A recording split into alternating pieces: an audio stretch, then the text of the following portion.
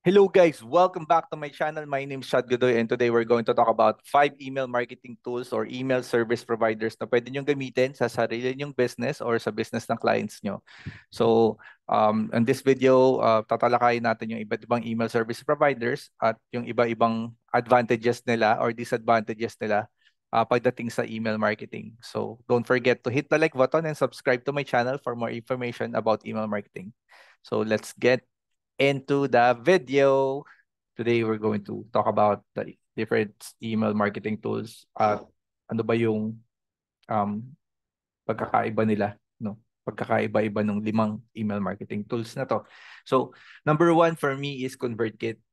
I've been a user for this for about 9 years now, and ConvertKit is really so dear to me. Okay? Kasi madali siyang gamitin, no? Madali siyang gamitin. Ito yung website niya. Madali siyang gamitin. Um, yung price niya okay naman. Depende siya sa ano. ah, Depende siya sa kung ilan yung subscribers mo. Pero uh, talking about it, you have to have at least if you want to use it, it's free for 1,000 subscribers. So if you have 1,000 subscribers, libre siya kapag 1,000 pa lang yung subscribers mo pababa, hindi siya pataas. So meron siyang free trial period na hindi mo kailangan ng credit card, so around like 2 weeks. If you want to try it out, you can sign up no for the free trial. No card required, no. So yan. So dito mababasa niyo yung mga features niya, no. Um Paggawa ng pag-grow ng audience, pag-connect ng fans, email marketing automation, tsaka yung paggawa ng mga um paid products, no. Kapag kunyari content creator ka and you decided to create your own digital product, hindi mo na kailangan gumawa ng website, pwede ka na ditong mag-create ng um, digital products mo, no. Or if you have a paid newsletter na pinapabayaran mo, no, sa mga tao na kunyari every week, no, the newsletter is paid, o kaya it's an everyday newsletter na that they get to hear you. You can use the paid newsletter, nandito siya. So, um, madali, ang kagandahan sa ConvertKit, madali siyang gumawa ng mga landing pages, mga forms, tsaka i-integrate dun sa mga website kung ano man yung website nyo, no? So, yun. Pero, yun nga, hindi ko na kailangan mag-design kasi sa ConvertKit kasi kadalasan ng ginagamit ko, it's more of about like text email. So, hindi ako na masyado ng mga nagde-design ng mga email kasi yung mga email ko is more of text lang. Wala akong mga pictures. Pero if you are into design, okay din naman siya, no? Pwede ka pa rin maglagay ng mga pictures, whatever you want, no? So, yun. Yung automation din ni ConvertKit, madali lang intindihin, no? So, makikita nyo dito, automate yung marketing nyo. So, kung magbabayad kayo, if you're going to use the paid product, no? Kung hindi lang yung free, magagamit niyo yung automation niya. Pero kung free lang kayo, hindi nyo siya magagamit. Kasi, um, ito yung ano eh. Ito kasi yung dahilan kung bakit sila nagkakaroon talaga ng paid is to automate everything, 'di ba, sa email marketing. So kailangan magbayad ka bago mo matry yung automation. So 'yun. Pricing, magkano nga ba yung pricing nito? Depende siya eh, depende siya. Ayun, makikita nyo dito, free for up to 1,000 subscribers. Pero pag creator ka,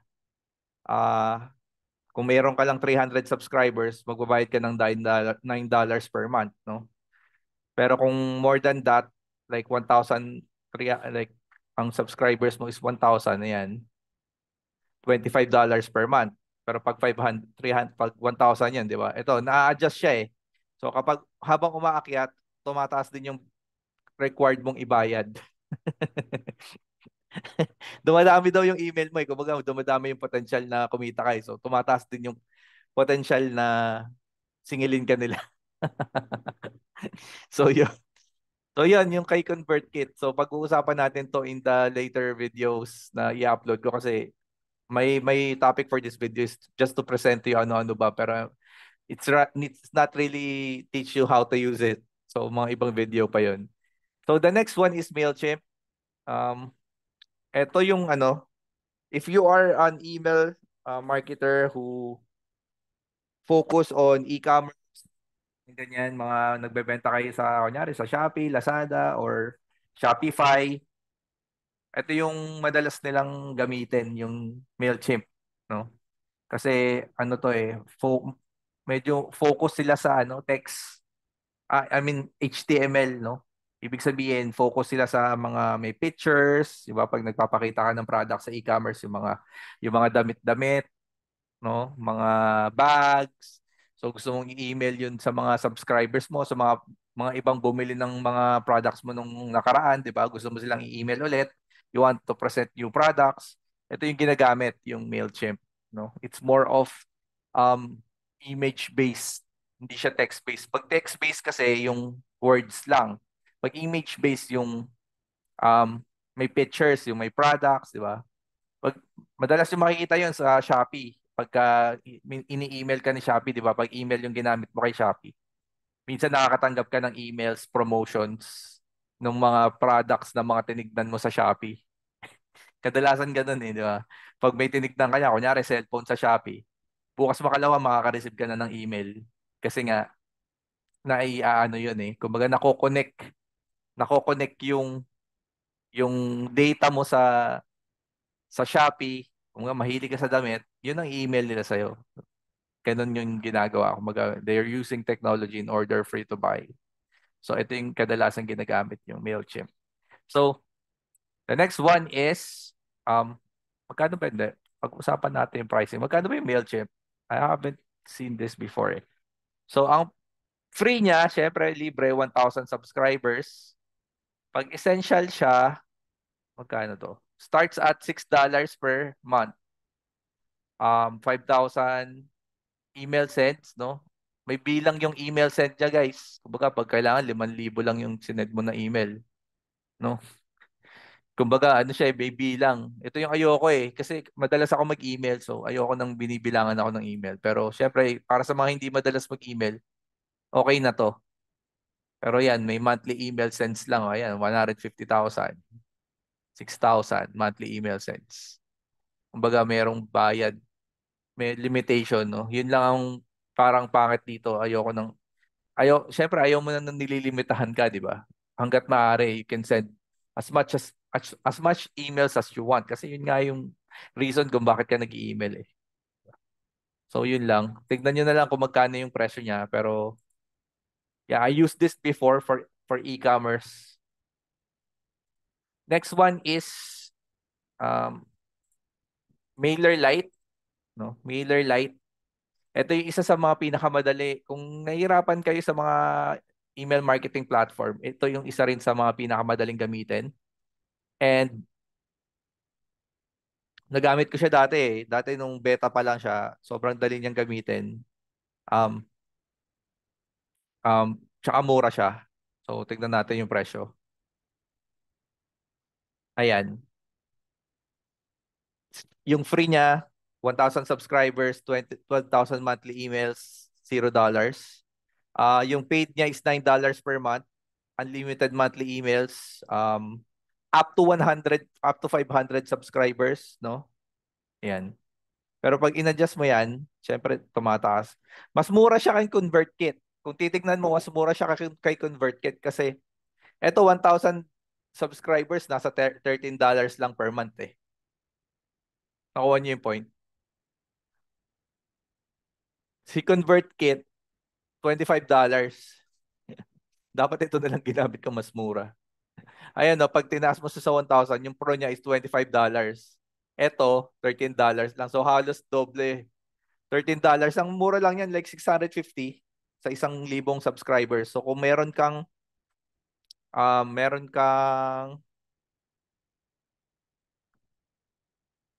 ayan.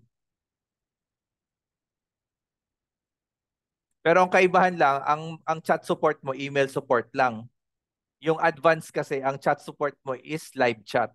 So, pag mahilig kang magkaroon ng problema, yung advance niya is, doon lang sila nagkakatalo. Pero kasi kay ConvertKit, yung $1,000 mo, ay yung $25 per month mo, may live chat na yan, no? So yun, yun sila nagkakatalo. Pero kung hindi ka naman masyadong nagkakaroon ng problema, email support ka lang, no? Pag may problema ka, mag-email ka lang. Yun lang yung kaibahan nila kung mapapansin mo dito. Pero kung nasa, kunyari, 10,000 subscribers ka, ang monthly mo lang nabibill sa'yo is $65. Mababa yan, no? 10,000. 10,000 subscribers, $65 lang per month. Ang mura niyan. 3,000 lang, di ba? I mean, 3,000 lang, may kakayanan ka nang mag-send ng email sa 10,000 subscribers. Unlimited monthly emails na yun. Kung 100,000 naman, meron, ang mura, $260 per month. Kasi kung meron kang 100,000 subscribers, subscription list, kumbaga kung meron kang digital product, kayang-kaya mong kitain yung $260 per month. Sobrang dali niyan kung meron ka lang isang digital product. So doon lang nagkakatalo talaga sa support. Sa support nagkakatalo. Kapag syempre pag ano ka na, mataas na yung subscribers mo, marami ka ng problema, mag-advance ka na. Pero kung hindi naman, bakit hindi, 'di ba? Matabang binte. Dito ka na lang muna sa growing business. Growing ka pa lang eh, 'di ba? Syempre pag advance na. Pag growing, pag-grow pa lang yung business mo, hindi mo wala pa masyadong problema niyan, no? So 'yan. So isa lang 'yan sa dalawa, no? um, ConvertKit, MailerLite, recommended talaga sa mga, lalo na sa mga nagsisimula pa lang, yung MailerLite I really recommend. Murang-mura. Mura pa sa, ano, mura na, hindi ka pa mapapamura. Ganun. So, yan. The next one is Aweber. Aweber.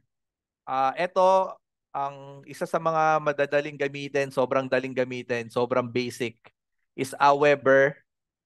No, basic lang din yung loob nito, basic lang din sa mga tawag dito.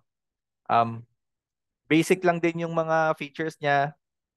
Kung email ka lang, may email ka, send ka ng ano. Mga two press, pag nag-create ka ng broadcast email, isa, dalawang pindutan lang, makakapag-send ka na. Sobrang basic. Pang newbies talaga siya. Hindi siya masyadong mahirap gamitin, no? Yung Aweber. So, ang unlimited nito is $899 per month kung marami ka ng email subscribers, no? Pag over 100,000 ka na, $899 per month. Dito ang 100,000 subscribers is per month is 260. Ang laki ng diferensya. Medyo mahal lang kay ConvertKit. Ngari, ayan, pag over $100,000, 100,000 subscribers ka, kumbaga around $900 per month. Ito 260 lang. Nagkakatalo lang talaga guys sa presyo. Medyo mahal kasi ang presyuhan kapag dating sa email eh. Kasi yun nga kasi ang mentality ng mga product creator na to is yung email service provider na to, email ESPs na tinatawag, email service providers, is alam nila malaki yung pera sa email. Kaya ganyan sila kalaki maningil, no? So, kumbaga dapat sa'yo, hanapin mo yung pinakamura muna habang nagsisimula ka. Hindi mo naman kailangan magmahal. Kunyari, hanapin mo si MailerLite, no? Ito nga dapat yung ginamit ko, mali yung ginamit ko, ConvertKit. Kasi nasanay kasi ako kay ConvertKit, kaya ito yung ginamit ko. Tsaka ang pinagkaiba lang nila, ito full chat support and live support, yung $25 per month niya sa $100 subscribers, ay 1,000 subscribers, no? So halos parehas lang din naman sila ng presyuhan kung pipiliin ko yung advance. Pero kung pipiliin ko yung growing business, yung email chat support lang, ay email support lang, mura talaga pagdating. Kalahati yung presyo sa pricing with MailerLite, no? Sa support lang sila nagkatalo. Pero ito may SMS na rin, no? Kumbaga, meron siyang mga features na pwede kang mag-text. So yan. Ang next natin is yung Brevo. Ito yung hindi ko pa nagagamit, pero ito yung lagi kong nakikitang lumalabas. Di ko pa siya nagagamit, pero lagi ko itong naririnig. Ewan ko ba kung bakit. Tignan natin yung presyo. Tignan natin kung masyado siyang mahal. Everything is free, 300 emails per day. Starter niya is $25 per month. 20,000 emails per month from $25 20,000 emails per month, no? No daily sending limit, walang limit. Ayan, no, mura siya kasi 20,000 emails. Everything is free plus 20,000 emails per month. No daily sending limit. Basic. Halos mura siya, no? With unlimited contacts. Ayun na, $25 per month with unlimited contacts. Ang, ang, ang ano sa kanya is kahit ilan ng email subscribers mo. Pero meron siyang limit sa kada buwan. So, kailangan 20,000 emails lang. Ayun, no? So, doon lang nagkakatalo. So, um, titignan nyo yung pattern. Kasi kung ikaw, masend ka ng emails na talagang nag-go-over ka talaga, kunya nag-go-over ka 20,000 emails per month, hindi para sa'yo to. Kasi ma-hold ka eh. Kung nyari, may 20,000 subscribers ka, tapos nagsisend ka daily, that's 20,000 emails per month. So hanggang 20 days ka lang, di ka pwede mag-send araw-araw. So pag ganun na nangyari, kailangan mag-iba ka ng platform kasi hindi to para sa'yo. Kumbaga hindi siya fit sa'yo. Hindi fit sa'yo yung Brevo. Hindi katulad ng Hindi katulad nito, yung however, unlimited email siya, di ba, per month. Ito, unlimited emails din per month. Ito, unlimited monthly emails, unlimited monthly emails. Kahit ilang emails ang isend mo, pwede, di ba? So, yun yung hinahanap natin kapag nag-email marketing tayo. Yung nagkakaroon ng, um, hindi tayo nagkakaroon ng, ng limitation. Mahirap kasi pag limitation, you're doing email marketing automation, guys. Kasi pag nag-email marketing automation ka, like ini-email mo na automatically yung mga pumapasok sa subscription list mo. Mahirap kapag meron kang cap. Parang nakadata ka lang, meron ka lang cap everyday, di ba? So, mahirap gawin yung email marketing automation. Kailangan hanapin nyo yung email marketing product na pwede kang mag-email ng walang cap or walang monthly limitation. So yun yung so batay sa tinignan natin na lima, yung pinaka affordable is MailerLite. Sumunod is yung ConvertKit. Sumunod yung Aweber. For HTML based yung Mailchimp, no? Pagka e-commerce ka, ito yung gagamitin mo. Pag Brevo, ewan ko, pero parang kumbaga out sa akin to kasi merong email limitation. Hindi siya hindi siya recommended sa akin para sa akin sa mga heavy aggressive email marketers. Hindi ito pwede sa inyo kasi merong limitation. So as long kailangan dapat walang limitation, medyo mura, tapos may live chat support. That's what I want for you guys. Pero pag growing business ka pa lang, nagsisimula ka pa lang mag-build ng email list mo, walang problema kung pumunta ka doon sa mura na email support lang tapos mura $500. I mean, 500 pesos a month lang yan, $9 per month. Mura lang yan, 500 pesos per month. Dalawang Starbucks lang na kape yun. Makakapag-email ka na. Makakapag-build ka na ng email list, di ba? So, magkakaroon ka na ng potential kumita ng malaki kapag nag-build ka ng email list. Kasi nga, ang ginto sa internet is emails. Yun yung hindi naiintindihan ng iba. Kaya nga, kaya nga mahirap gawin to eh. Kumbaga, kaunti lang yung nakakagawa nito kasi unang-una, fundamentally, ang email marketing, hindi siya ganun kadaling aralin. Marami siyang complexities, no? That's the reason I have a course. Nag-promote ng course din. Pinahirap muna tapos nag-promote ng course. Hindi guys, I'm not really forcing other people to buy my course. Alam niyo naman 'yan. Pero that's the reason why I created that course kasi nga for you to have that fundamental learning about email marketing and how important it is. So, yeah, if you're interested, nandito lang 'yan sa link down below, no? If you want to get into my course or get into my email list, no? Kung gusto niyo marinig yung mga storya ko every day, directly sent to your email inbox, walang problema, you can sign up to my email list on especially if you're an OFW, on the description below and you're going to receive my daily emails. So, yun lang po for today. This is the 5 email marketing tools or email service providers that potentially could help your clients, your business, or whoever you are watching this, kung paano mo to gagamitin. Bahala ka na sa buhay mo. So, thank you for watching and I hope to see you in my next video and have a good day, guys. Salamat and don't forget to hit the like and subscribe to my channel for more information. Thank you. Bye-bye.